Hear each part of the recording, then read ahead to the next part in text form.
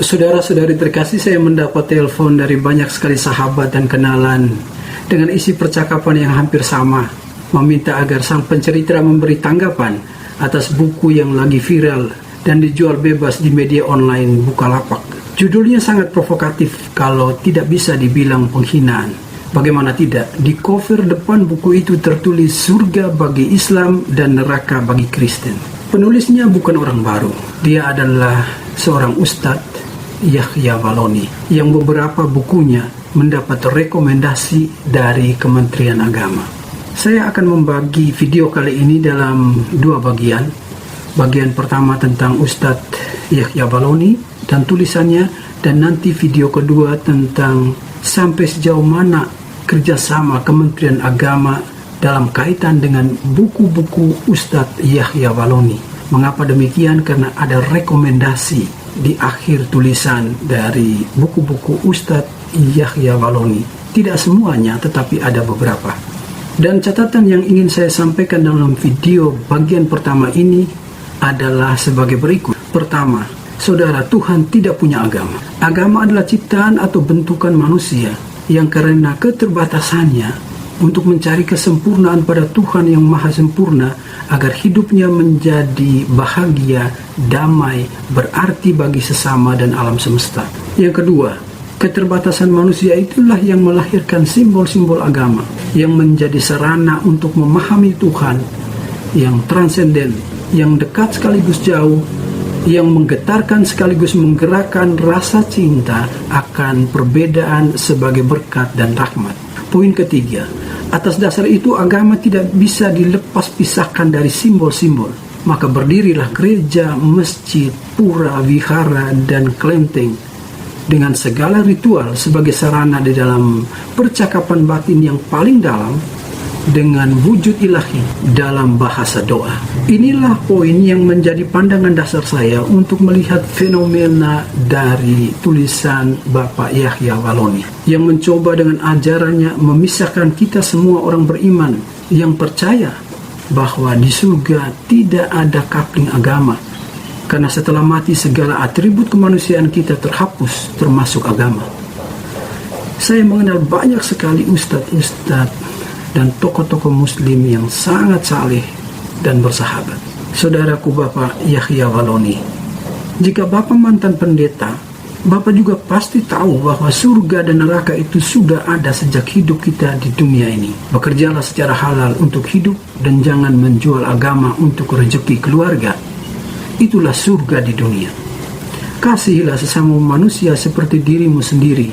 Itulah surga yang sudah dimulai dari dunia ini. Jangan menghakimi sesamamu karena siapakah engkau sehingga engkau menghakimi. Bapak Ustadz pasti tahu siapa yang mengatakan ini. Kemarahan, hujat, dan main hakim adalah neraka yang sudah Anda mulai di dunia ini. Dan Bapak telah mengkaplingnya di dalam logika terbalik. Dan bisa saja kunci surga mungkin sudah ada di tangan Bapak. Jika Bapak katakan Kristen mentuhankan Yesus anak Maryam, itu adalah bid'ah besar.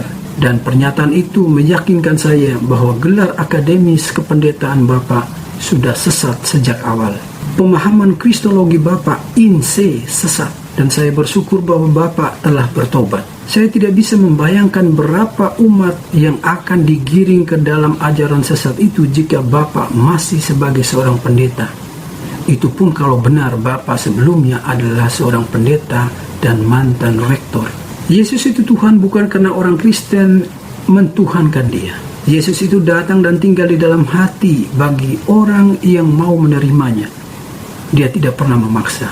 Dan itulah hakikat Tuhan yang selalu memberi ruang kebebasan bagi kita untuk memilih dan menentukan arah hidup kita, termasuk pilihan Bapa saat ini. Yesus itu Tuhan bukan karena 2,3 miliar penduduk di dunia ini mentuhankan dia atau percaya kepadanya. Dia itu Alfa dan Omega. Itu berarti sekalipun 2,3 miliar umat yang percaya kepadanya saat ini menjadi murtad, dia tetap Tuhan.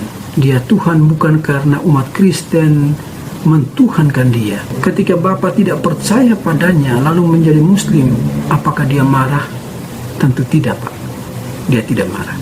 Bahkan dia tetap menyayangi Bapa seperti sedia kala. Seperti saya juga mengasihi dan menghormati Bapa.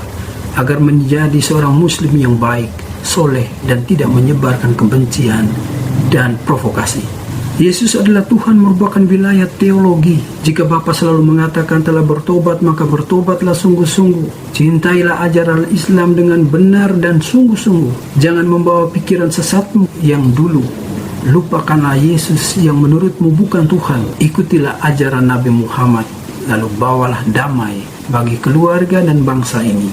Karena untuk itulah kita beragama di negara ini. Ketuhanan yang Maha Esa adalah pernyataan final. Karena di titik itulah kita akan berjumpa setelah mati. Karena jika benar surga bagi Muslim dan neraka bagi Kristen, maka Bapa telah menolak hakikat surga yang penuh rahmat, penuh damai, dengan kata-kata kebencian dan penghinaan sebagai syarat masuk surga.